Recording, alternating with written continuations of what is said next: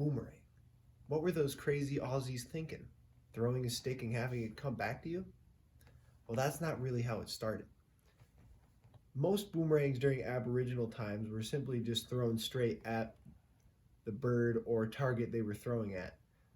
But these came later to scare birds to fly up to either catch in nets or throw spears at. But how does this work?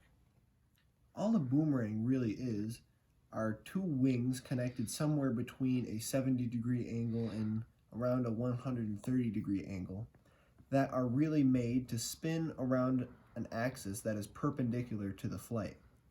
But what on earth does that mean? Well, these wings are shaped just the same way that airplane wings are shaped. They have the teardrop shape that creates an area of high pressure underneath the wing and an area of low pressure above it. That creates lift, and that's what lifts the boomerang up for such a long time.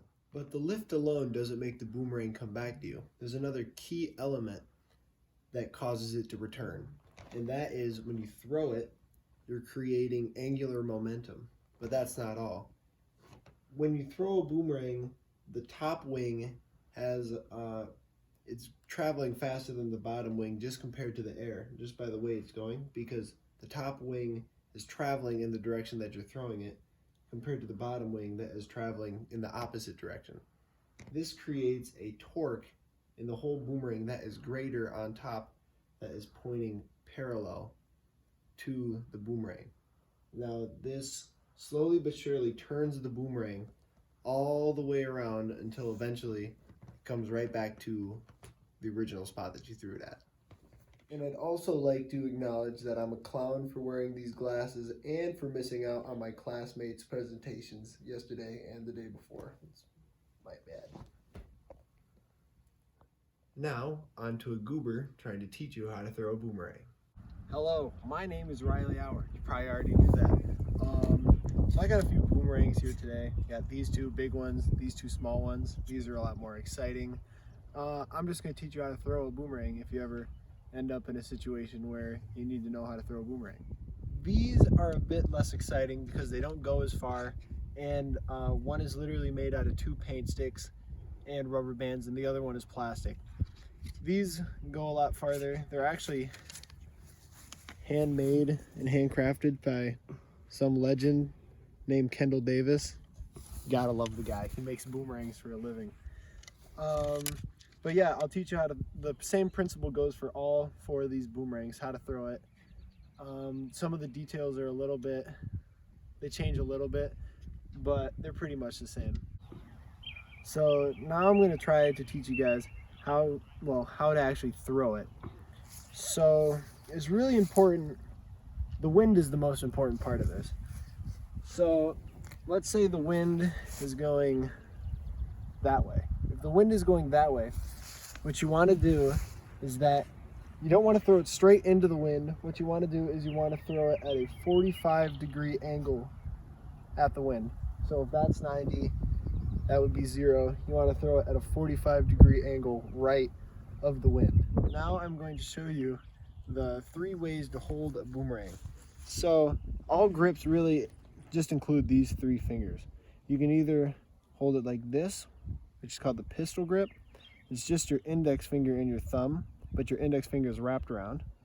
Or the cradle grip, which is 2 fingers wrapped around the front. This is better with bigger boomerangs, so you have a little bit more control over it. But if you really want it to come around, you're supposed to hold it in this pinch grip.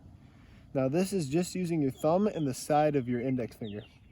This is really good because the boomerang can just come right out of your hand like that and just spin right out. And you want to get it to have as much spin as you possibly can. Okay, so now that you know how to throw it and where to throw it in accordance to the wind, what's super important is that you never want to throw a boomerang sidearm like that. That's no good, boo-boo, bad. What you want to do is that you either want to throw it almost straight up and down or a little bit off to the side, but nothing more than this. This is bad. This is how you break your boomerang. You want to throw it just about here. And where you want to throw it, you don't want to throw it up and you don't want to throw it like completely straight. You want to almost aim for treetops in the distance is the best. You want to throw it at like a 15-degree angle up.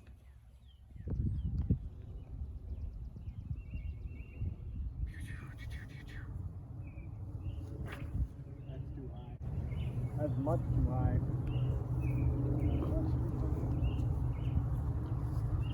Alright, mate, it's go time.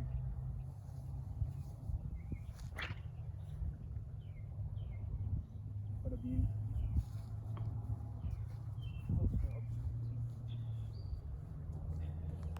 No.